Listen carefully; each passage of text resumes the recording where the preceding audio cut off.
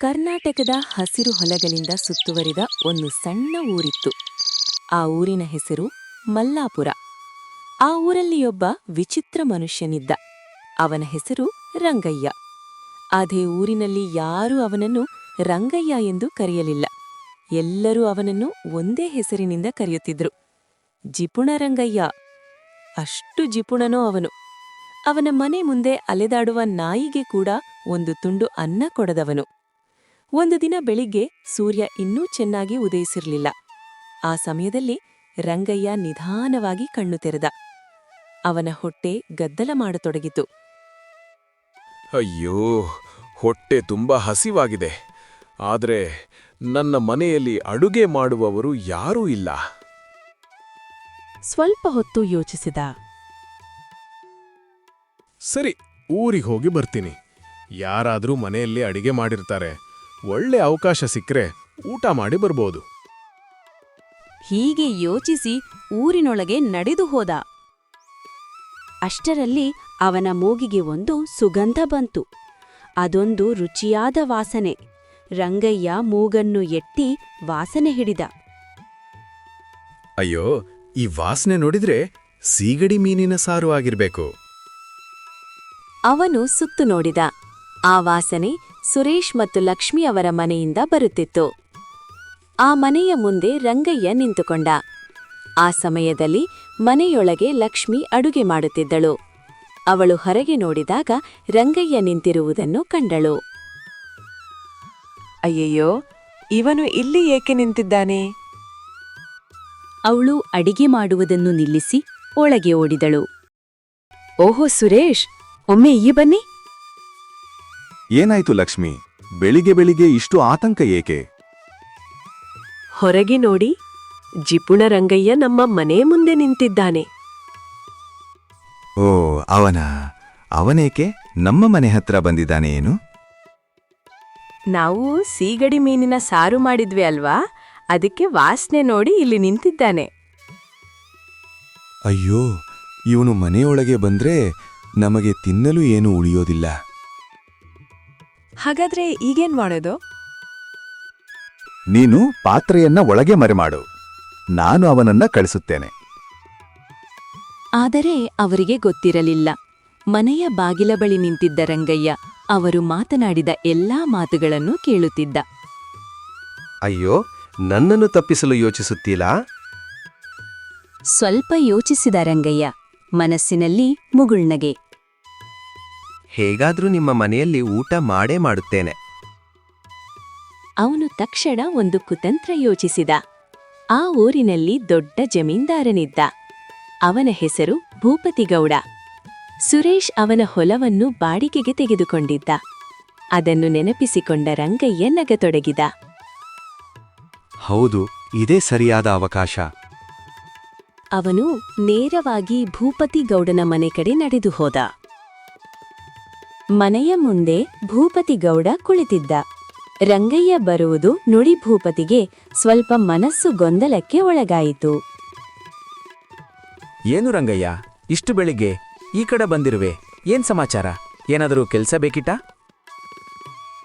ಗೌಡ್ರೆ, ಒಂದು ವಿಷಯ ಕೇಳ್ಬೇಕಿತ್ತು. ಹೇಳು ರಂಗಯ್ಯ. ಸುರೇಶ್ ನಿಮಗೆ ಹೊಲದ ಬಾಡಿಗೆ ಹಣ ಕೊಟ್ಟಾನಾ? ಇಲ್ಲ, ಇನ್ನೂ ಕೊಟ್ಟಿಲ್ಲ ರಂಗಯ್ಯ. ಹೌದಾ? ಆದ್ರೆ ಅವರು ತುಂಬಾ ರುಚಿಯಾಗಿ ಸೀಗಡಿ ಮೀನು ಸಾರು ಮಾಡಿ ಊಟ ಮಾಡ್ತಿದ್ದಾರೆ.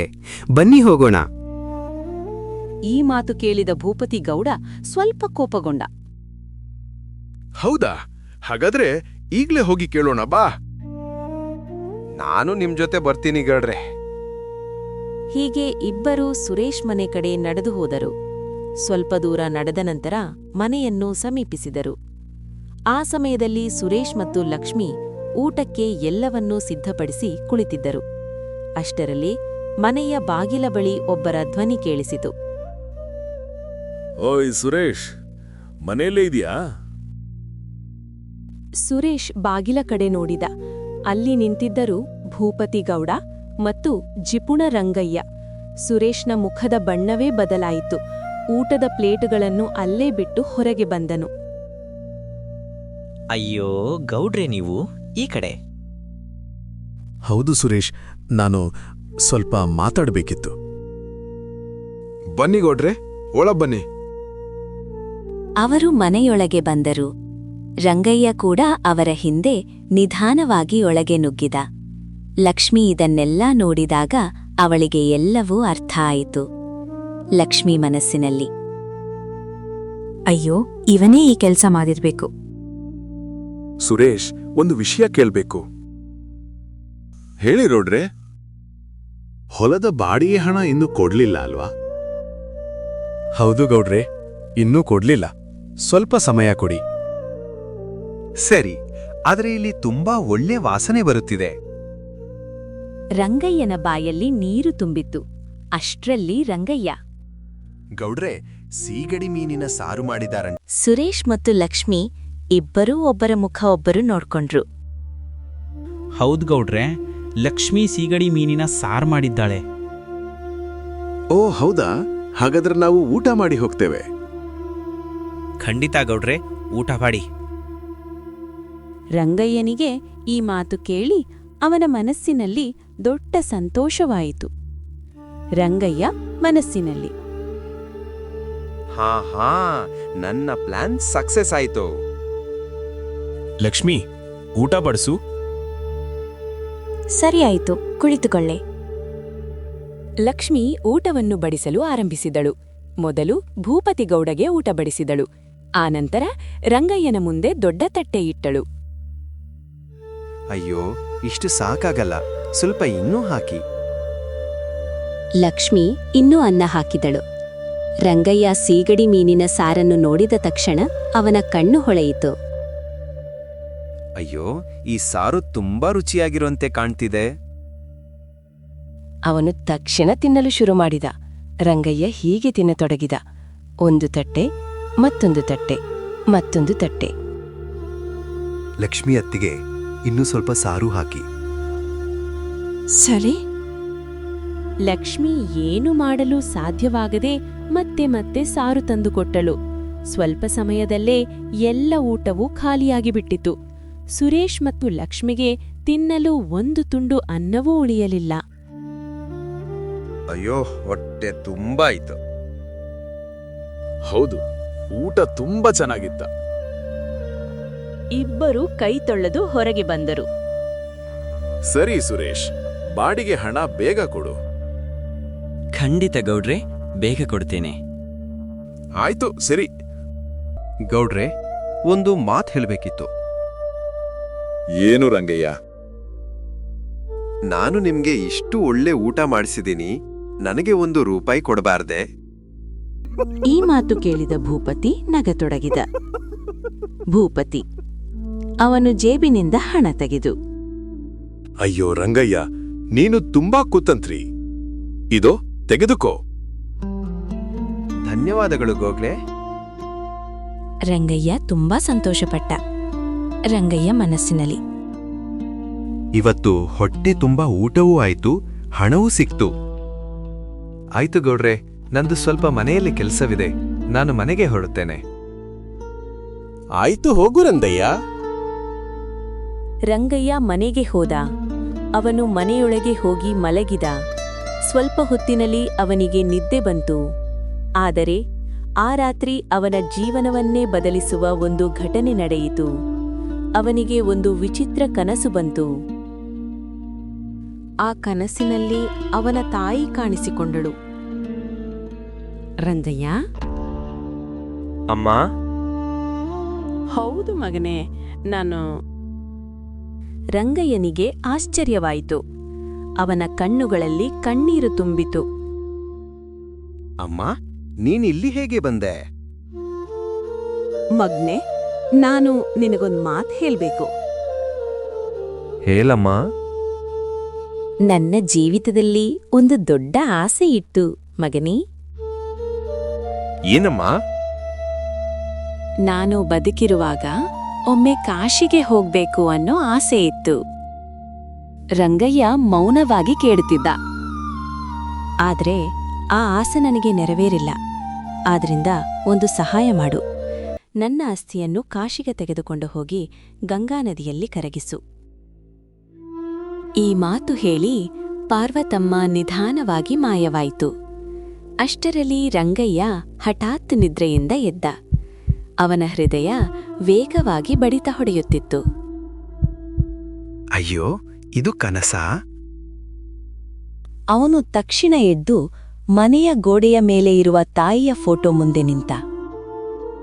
ಅಮ್ಮ, ನಾನು ನಿನ್ನ ಆಸೆ ನೆರವೇರಿಸುತ್ತೀನಿ. ರಂಗಯ್ಯ ಮನಸ್ಸಿನಲ್ಲಿ ತಾಯಿಯ ಬಗ್ಗೆ ಸ್ವಲ್ಪ ಯೋಚನೆ ಮಾಡಿದ. ನಾನು ಎಷ್ಟು ಜಿಪುಣನಾದರೂ ತಾಯಿಯ ಆಸೆಯನ್ನು ಮಾತ್ರ ನೆರವೇರಿಸಬೇಕು. ಅವನು ಒಂದು ಹಳೆಯ ಪೆಟ್ಟಿಗೆಯನ್ನು ತೆರೆದ. ಅದರೊಳಗೆ ಸ್ವಲ್ಪ ಹಣ ಇತ್ತು. ರಂಗಯ್ಯ ಹಣವನ್ನು ಎಣಿಸಿದ. ಅಯ್ಯೋ, ಇದ್ ಸಾಕಾಗಲ್ಲ. ಏನು ಮಾಡೋದು? ಅವನ ಮುಖದಲ್ಲಿ ಚಿಂತೆಯೂ ಕಾಣಿಸಿತು. ಕಾಶಿಗೆ ಹೋಗಲು ಇನ್ನೂ ಹಣ ಬೇಕು. ಅವನು ಸ್ವಲ್ಪ ಸಮಯ ಯೋಚಿಸಿದ. ಹಠಾತ್ ಅವನಿಗೆ ಒಂದು ಹೆಸರು ನೆನಪಾಯಿತು. ಭೂಪತಿಗೌಡ. ಅವನು ಮನಸ್ಸಿನಲ್ಲಿ ಒಂದು ಹೊಸ ಯೋಚನೆ ಮಾಡತೊಡಗಿದ. ಹೇಗಾದ್ರೂ ಮಾಡಿ ನಾನು ಕಾಶಿಗೆ ಹೋಗ್ತೇನೆ. ಅವನು ತಕ್ಷಣ ಪೆಟ್ಟಿಗೆಯನ್ನು ಮುಚ್ಚಿದ. ತಾಯಿಯ ಅಸ್ಥಿ ಇರುವ ಮಡಿಕೆಯನ್ನು ನೋಡಿದ. ಮರುದಿನ ಬೆಳಿಗ್ಗೆ ರಂಗಯ್ಯ ನೇರವಾಗಿ ಭೂಪತಿಗೌಡನ ಮನೆಗೆ ಹೊರಟ. ಅವನ ಮನಸ್ಸಿನಲ್ಲಿ ಒಂದು ಹೊಸ ಪ್ಲಾನ್ ಸಿದ್ಧವಾಗಿತ್ತು. ಮಲ್ಲಾಪುರ ಊರಿನಲ್ಲಿ ಸೂರ್ಯ ನಿಧಾನವಾಗಿ ಉದಯಿಸುತ್ತಿದ್ದ. ಆ ಸಮಯದಲ್ಲಿ ಜಿಪುಣ ರಂಗಯ್ಯ ತನ್ನ ಕೈಯಲ್ಲಿ ಒಂದು ಮಣ್ಣಿನ ಮಡಕೆಯನ್ನು ಹಿಡಿದು ಊರಿನ ದೊಡ್ಡ ಮನೆಯ ಕಡೆ ನಡೆದು ಹೋಗುತ್ತಿದ್ದ. ರಂಗಯ್ಯ ಮನೆಯ ಮುಂದೆ ನಿಂತು ಕೂಗಿದ. ಗೌಡ್ರೆ, ಗೌಡ್ರೆ. ಭೂಪತಿಗೌಡ ಮನೆಯೊಳಗಿಂದ, ಯಾರಿದು? ನಾನು ರಂಗಯ್ಯ. ಭೂಪತಿಗೌಡ ಹೊರಗೆ ಬಂದ. ಅಯ್ಯೋ ರಂಗಯ್ಯ, ನಿನ್ನೆ ಮಾತ್ರ ಬಂದಿದ್ಯಲ್ಲ, ಇಷ್ಟು ಬೇಗ ಮತ್ತೆ ಏಕೆ ಬಂದೆ? ಗೌಡ್ರೆ, ಒಂದು ಮುಖ್ಯ ವಿಷಯ ಕೇಳಬೇಕಿತ್ತು. ಹೇಳು ರನ್ನಯ್ಯ. ನೀವು ಎಂದಾದರೂ ಕಾಶಿಗೆ ಹೋಗಿದ್ದೀರಾ? ಕಾಶಿಗೆ? ಇಲ್ಲ, ನಾನ್ ಹೋಗಿಯೇ ಇಲ್ಲ. ಅಯ್ಯೋ ಗೌಡ್ರೆ, ನಿಮ್ಗೊಂದು ವಿಷಯ ಗೊತ್ತಾ? ಏನು ವಿಷಯ ರಂಗಯ್ಯ? ಶ್ರಾವಣ ಮಾಸದಲ್ಲಿ ಕಾಶಿಗೆ ಹೋಗಿ ಗಂಗಾ ನದಿಯಲ್ಲಿ ಸ್ನಾನ ಮಾಡಿದರೆ ಮನುಷ್ಯ ತುಂಬಾ ಪುಣ್ಯ ಪಡೆಯುತ್ತಾನೆ ಅಂತ ಹೇಳ್ತಾರೆ. ಹೌದಾ? ಹೌದು ಗೌಡ್ರೆ. ರಂಗಯ್ಯ ಸ್ವಲ್ಪ ಯೋಚಿಸಿದಂತೆ ನಟಿಸಿದ. ನಮ್ಮೂರಿನ ರಾಮಣ್ಣ ಗೊತ್ತಲ್ಲ? ಹೌದು, ಗೊತ್ತು. ಅವರು ಕಾಶಿಗೆ ಹೋಗಿ ಬಂದ ನಂತರನೇ ತುಂಬಾ ದೊಡ್ಡ ಮನುಷ್ಯರಾದ್ರು. ಈ ಮಾತು ಕೇಳಿದ ಭೂಪತಿಗೌಡ ಯೋಚಿಸಲು ಶುರು ಮಾಡಿದ. ನಾನು ಕೂಡ ಊರಿನಲ್ಲಿ ದೊಡ್ಡ ಮನುಷ್ಯ ಆಗ್ಬೇಕು. ರಂಗಯ್ಯ, ಈ ಶ್ರಾವಣ ಮಾಸ ಯಾವಾಗ? ಇದೇ ತಿಂಗಳು ಗೌಡ್ರೆ. ಹೌದಾ ರಂಗಯ್ಯ? ಹೌದು. ಈಗ ಹೋಗಿದ್ರೆ ತುಂಬಾ ಪುಣ್ಯ ಸಿಗುತ್ತೆ ಗೌಡ್ರೆ. ಭೂಪತಿಗೌಡನ ಮನಸ್ಸಿನಲ್ಲಿ ಆಸೆ ಮೂಡಿತು. ರಂಗಯ್ಯ, ನಾವು ಕಾಶಿಗೆ ಹೋಗೋಣ. ನಾನು ಕೂಡ ಅದನ್ನೇ ಹೇಳ್ತಿದ್ದೆ ಗೌಡೆ. ಸರಿ, ಗಾಡಿಯನ್ನು ಸಿದ್ಧಪಡಿಸು, ನಾವು ಯಾತ್ರೆಗೆ ಹೊರಡೋಣ. ರಂಗಯ್ಯ ಮನಸ್ಸಿನಲ್ಲಿ ತುಂಬ ಸಂತೋಷಪಟ್ಟ. ನನ್ನ ಪ್ಲಾನ್ ಕೆಲಸ ಮಾಡಿತು. ಸ್ವಲ್ಪ ಸಮಯದಲ್ಲಿ ಎತ್ತುಗಳ ಗಾಡಿ ಸಿದ್ಧವಾಯಿತು. ರಂಗಯ್ಯ ತನ್ನ ತಾಯಿಯ ಅಸ್ಥಿ ಇರುವ ಮಡಿಕೆಯನ್ನು ಜಾಗ್ರತೆಯಿಂದ ಗಾಡಿಯಲ್ಲಿಟ್ಟ. ರಂಗಯ್ಯ, ಎಲ್ಲ ಸಿದ್ಧವೇ? ಹೌದು ಗೌಡ್ರೆ, ಎಲ್ಲ ಸಿದ್ಧವಾಗಿದೆ. ಹೀಗೆ ಇಬ್ಬರೂ ಗಾಡಿಯನ್ನು ಏರಿದರು. ಸ್ವಲ್ಪ ಸಮಯದಲ್ಲಿ ಕಾಶಿ ಯಾತ್ರೆಗೆ ಹೊರಟರು. ಎತ್ತುಗಳ ಗಾಡಿ ನಿಧಾನವಾಗಿ ಊರಿನಿಂದ ಹೊರಟಿತು. ಸ್ವಲ್ಪ ದೂರ ಹೋಗಿದ ನಂತರ ಭೂಪತಿಗೌಡನಿಗೆ ಒಂದು ಯೋಚನೆ ಬಂತು. ರಂಗಯ್ಯ, ಗಾಡಿ ನಿಲ್ಲಿಸು. ಏನಾಯ್ತು ಗೌಡ್ರೆ? ಏನಾದ್ರೂ ಸಮಸ್ಯೆ? ನಾನು ಕಾಶಿಗೆ ಹೊರಟಿರೋದು ಯಾಕೆ ಎಂದು ಹೇಳು. ಶ್ರೀಮಂತರಾಗಿ ದೊಡ್ಡ ವ್ಯಕ್ತಿಯಾಗ್ಬೇಕೆಂದು ಗೌಡೆ. ನಾನು ಕಾಶಿಗೆ ಹೋಗೋದು ನಾನು ದೊಡ್ಡ ಮನುಷ್ಯ ಆಗ್ಬೇಕು ಅಂತ. ಆದ್ರೆ ನೀನು ಕೂಡ ನನ್ ಜೊತೆ ಬಂದ್ರೆ ನೀನು ಕೂಡ ಅದೇ ಬೇಡಿಕೆ ಮಾಡ್ತೀಯಲ್ಲ. ಆದ್ರಿಂದ ನೀನು ಇಲ್ಲೇ ಇಳಿದು ಹೋಗು, ನಾನೊಬ್ಬನೇ ಹೋಗ್ತೇನೆ. ಅಯ್ಯೋ ಗೌಡ್ರೆ, ಅದು ಈ ಮಾತು ಕೇಳಿದ ರಂಗಯ್ಯ ಬೆಚ್ಚಿಬಿದ್ದ. ಅವನು ಏನು ಮಾಡಬೇಕು ಎಂದು ಯೋಚಿಸಲು ಶುರು ಮಾಡಿದ. ಅಷ್ಟರಲ್ಲಿ ಅವನ ಕೈಯಲ್ಲಿದ್ದ ಪೆಟ್ಟಿಗೆ ಕೆಳಗೆ ಬಿತ್ತು. ಮಡಿಕೆ ಕೂಡ ನೆಲಕ್ಕೆ ಬಿದ್ದಿತು. ರಂಗಯ್ಯ, ಆ ಮಡಿಕೆಯಲ್ಲಿ ಏನಿವೆ? ರಂಗಯ್ಯ ನಿಧಾನವಾಗಿ ಮಡಿಕೆಯನ್ನ ಎತ್ತುಕೊಂಡ. ಅವನ ಕಣ್ಣುಗಳಲ್ಲಿ ಕಣ್ಣೀರು ತುಂಬಿತು. ಗೌಡ್ರೆ, ಇದರೊಳಗೆ ನನ್ನ ತಾಯಿಯ ಆಸ್ತಿ ಇದೆ. ಏನೋ ರಂಗಯ್ಯ? ಹೌದು ಗೌಡ್ರೆ, ನನ್ನ ತಾಯಿ ಸಾಯುವ ಮುನ್ನ ಒಂದ್ ಮಾತು ಹೇಳಿದ್ದಳು. ಭೂಪತಿ ಗೌಡ ಶಾಂತವಾಗಿ ಕೇಳುತ್ತಿದ್ದ. ಅವಳ ಕೊನೆಯ ಆಸೆ ಅವಳ ಅಸ್ಥಿಯನ್ನ ಕಾಶಿಗೆ ತೆಗೆದುಕೊಂಡು ಹೋಗಿ ಗಂಗೆಯಲ್ಲಿ ಕರಗಿಸಬೇಕು ಅಂತ. ಅಯ್ಯೋ ರಂಗಯ್ಯ. ಆದ್ರೆ ಗೌಡ್ರೆ, ನನ್ ಬಳಿ ಹಣ ಇರ್ಲಿಲ್ಲ. ರಂಗಯ್ಯ ನಿಧಾನವಾಗಿ ತನ್ನ ಜೀವನದ ಕಷ್ಟವನ್ನ ಹೇಳಲು ಶುರು ಮಾಡಿದ. ಅದಕ್ಕೆ ನಾನು ಇಷ್ಟು ದಿನ ಎಲ್ಲರ ಮುಂದೆ ಜಿಪುಣನಾಗಿ ಬದುಕ್ತಿದ್ದೆ. ಅಂದರೆ ಜನರು ನನ್ನನ್ನು ಜಿಪುಣ ಅಂತ ಹೇಳ್ತಿದ್ರು, ಆದ್ರೆ ನಾನು ಪ್ರತಿಯೊಂದು ಕಾಸನ್ನೂ ಉಳಿಸ್ತಿದ್ದೆ. ಭೂಪತಿ ಗೌಡ ಮೌನವಾಗಿ ಕೇಳುತ್ತಿದ್ದ. ಆದ್ರೆ ಎಷ್ಟು ಉಳಿಸಿದರೂ ಕಾಶಿಗೆ ಹೋಗಲು ಹಣ ಸಾಕಾಗಲಿಲ್ಲ. ರಂಗಯ್ಯನ ಕಣ್ಣೀರು ನೆಲಕ್ಕೆ ಬಿದ್ದವು. ಆದ್ದರಿಂದಲೇ ಗೌಡ್ರೆ, ನಾನು ನಿಮ್ಮ ಜೊತೆ ಬರಲು ಯೋಚಿಸಿದೆ. ಈ ಮಾತು ಕೇಳಿದ ಭೂಪತಿ ಗೌಡನ ಮನಸ್ಸು ಕರಗಿತು. ರಂಗಯ್ಯ, ನೀನು ಇಷ್ಟು ನೋವನ್ನ ಮನಸ್ಸಿನಲ್ಲಿಟ್ಕೊಂಡಿದ್ದೀಯಾ? ಹೌದು ಗೌಡ್ರೆ, ಯಾರತ್ರನೋ ಹೇಳೋಕಾಗ್ದೆ ಮನಸ್ನಲ್ಲಿ ಬಚ್ಚಿಟ್ಕೊಂಡಿದ್ದೆ. ಅವರೇ ಆ ಸಮಯ ಈಗ ಬಂದಿದ್ದು ಗೌಡ್ರೆ. ಭೂಪತಿ ಗೌಡ ಕೆಲವು ಕ್ಷಣ ಮೌನವಾಗಿದ್ದರು. ಅವನು ರಂಗಯ್ಯನ ಕಡೆ ನೋಡಿದ. ರಂಗಯ್ಯ ಕಣ್ಣೀರು ಹಾಕುತ್ತಾ ತಲೆ ಕೆಳಗೆ ಮಾಡಿ ನಿಂತಿದ್ದ. ರಂಗಯ್ಯ, ನೀನ್ ಏಕೆ ಇದನ್ನು ಮೊದಲು ಹೇಳಲಿಲ್ಲ? ಹೇಳಲು ನಂಗೆ ನಾಚಿಕೆ ಆಯ್ತು ಗೌಡ್ರ್ಯಾ. ಭೂಪತಿ ಗೌಡನು ರಂಗಯ್ಯನ ಭುಜದ ಮೇಲೆ ಕೈಯಿಟ್ಟ. ರಂಗಯ್ಯ, ಚಿಂತಿಸಬೇಡ. ಗೌಡ್ರೆ, ನಾನ್ ನಿನ್ನನ್ನು ಕಾಶಿಗೆ ಕರೆದುಕೊಂಡು ಹೋಗ್ತೇನೆ. ರಂಗಯ್ಯ. ನಿಜವಾಗೌಡ್ರೆ? ಹೌದು, ನಿನ್ನ ತಾಯಿಯ ಕೊನೆಯ ಆಸೆ ನೆರವೇರಬೇಕು. ರಂಗಯ್ಯನ ಮುಖದಲ್ಲಿ ಸಂತೋಷ ಕಾಣಿಸಿತು. ಗೌಡ್ರೆ, ನಾನು ನಿಮ್ಮ ಉಪಕಾರವನ್ನು ಎಂದಿಗೂ ಮರೆಯುವುದಿಲ್ಲ. ಅದ್ರ ಬಗ್ಗೆ ಯೋಚಿಸ್ಬೇಡ. ಹೀಗೆ ಇಬ್ಬರೂ ಮತ್ತೆ ಗಾಡಿಯಲ್ಲಿ ಕೂತ್ರು. ಎತ್ತುಗಳ ಗಾಡಿ ಮತ್ತೆ ನಿಧಾನವಾಗಿ ಸಾಗತೊಡಗಿತು. ಅವರು ಕಾಶಿ ಕಡೆ ಪ್ರಯಾಣ ಮುಂದುವರಿಸಿದ್ರು. ಆದ್ರೆ ಅವರಿಗೆ ಗೊತ್ತಿರಲಿಲ್ಲ, ಈ ಪ್ರಯಾಣದಲ್ಲಿ ಇನ್ನೂ ಹಲವು ವಿಚಿತ್ರ ಘಟನೆಗಳು ನಡೆಯಲಿದ್ದವು. ಅವುಗಳಲ್ಲಿ ಒಂದು ಘಟನೆ ಒಬ್ಬ ಹೊಸ ವ್ಯಕ್ತಿಯನ್ನು ಅವರ ಜೀವನಕ್ಕೆ ತರಲಿತ್ತು. ಆ ವ್ಯಕ್ತಿಯ ಹೆಸರು ಅಪ್ಪಾರಾವ್.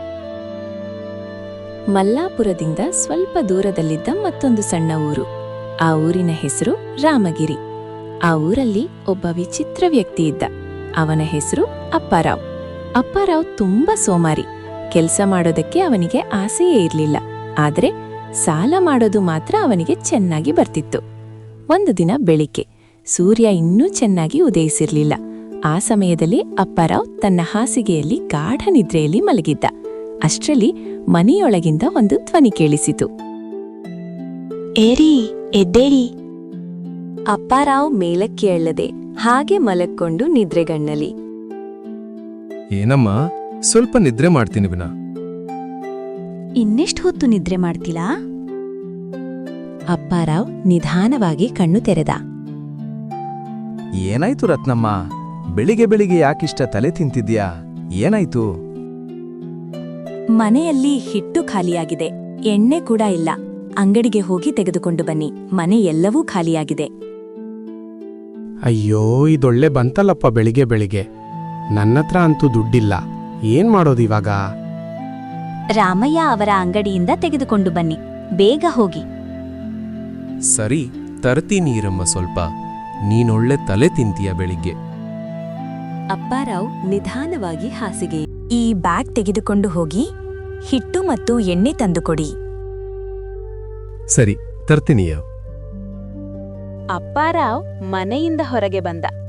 ಆದ್ರೆ ಅವನು ತನ್ನ ಜೇಬನ್ನು ತಪಾಸಣೆ ಮಾಡ್ದ. ಅಯ್ಯೋ, ನನ್ನ ಬಳಿ ಹಣವೇ ಇಲ್ಲ. ಅವನು ತಲೆಯನ್ನು ಗೀಳುತ್ತಾ ಯೋಚಿಸಲು ಶುರು ಮಾಡಿದ. ಈಗ ಏನ್ ಮಾಡೋದು? ಅಷ್ಟರಲ್ಲಿ ರಸ್ತೆಯಲ್ಲಿ ಒಬ್ಬ ವ್ಯಕ್ತಿ ಬರ್ತಿದ್ದ. ಅವನು ಸುಬ್ಬಯ್ಯ. ಸುಬ್ಬಯ್ಯ ಅಪ್ಪಾರಾವಿಗೆ ಸಾಲ ಕೊಟ್ಟಿದ್ದ. ಅಪ್ಪಾರಾವ್ ಅವನನ್ನು ನೋಡಿದ ತಕ್ಷಣ ಗಾಬರಿಯಾದ. ಅಯ್ಯೋ, ಇದೇನ್ ಸಮಸ್ಯೆ? ಇವನೇ ನನಗೆ ಸಾಲ ಕೊಟ್ಟಿದ್ದಾನೆ. ಬೆಳಗ್ಗೆ ಬೆಳಗ್ಗೆ ಇವನೇ ಎದುರುಗಡೆ ಬರ್ತಾ ಇದ್ದಾನೆ. ದುಡ್ಡು ಕೇಳಿದ್ರೆ ಏನ್ ಮಾಡೋದು ಇವಾಗ? ಏನಪ್ಪ ಅಪ್ಪಾರ? ಅಯ್ಯೋ ಸುಬ್ಬಯ್ಯಣ್ಣ, ಹೇಗಿದ್ದೀರಣ್ಣ? ಚೆನ್ನಾಗಿದ್ದೀರಾ? ನಾನ್ ಚೆನ್ನಾಗಿದ್ದೇನೆ. ಎಷ್ಟು ದಿನ ಆಯ್ತು? ನನ್ ಹಣ ಕೊಡ್ತೀರಾ ಇಲ್ವಾ? ಕೊಡ್ತೀನಿ ಅಣ್ಣ, ಕೊಡ್ತೀನಿ. ಹಾಗಾದ್ರೆ ಯಾವಾಗ ಅಪ್ಪ? ನಾಳೆ ಬೆಳಿಗ್ಗೆ ಖಂಡಿತ ಕೊಡ್ತೀನಿ ಅಣ್ಣ. ನೀನ್ ಪ್ರತಿ ಸಾರಿ ಹೀಗೇನೆ ಹೇಳ್ತೀಯ. ಅಪ್ಪಾರಾವ್ ತಕ್ಷಣ ಒಂದು ಹೊಸ ಸುಳ್ಳು ಯೋಚಿಸಿದ. ಅಯ್ಯೋ ಅಣ್ಣ, ನಾನು ಹಣ ತೆಗೆದುಕೊಂಡು ಬರ್ತಿದ್ದೆ. ಮನೆಯಿಂದ ಹೊರಟ ನಂತರ ಹಣ ಎಲ್ಲಿ ಇಟ್ಟೆ ಅಂತೆ ಮರ್ತು ಬಿಟ್ಟೆ. ಅಣ್ಣ, ನೀವೊಂದು ಸಹಾಯ ಮಾಡಿ ಅಣ್ಣ. ನೀನು ಪ್ರತಿದಿನ ಇದೇ ಮಾತು ಹೇಳ್ತೀಯ. ನಾಳೆ ಖಂಡಿತ ಕೊಡ್ತೀನಿ ಅಣ್ಣ. ಇಲ್ಲ, ಈಗ್ಲೇ ಕೊಡು. ಅಪ್ಪಾರಾವ್ ತುಂಬಾ ಭಯಪಟ್ಟ. ಅವನ ಬಳಿ ಹಣ ಇರ್ಲಿಲ್ಲ. ಮಲ್ಲೇಶ, ಸ್ವಲ್ಪ ಸಮಯ ಕೊಡು.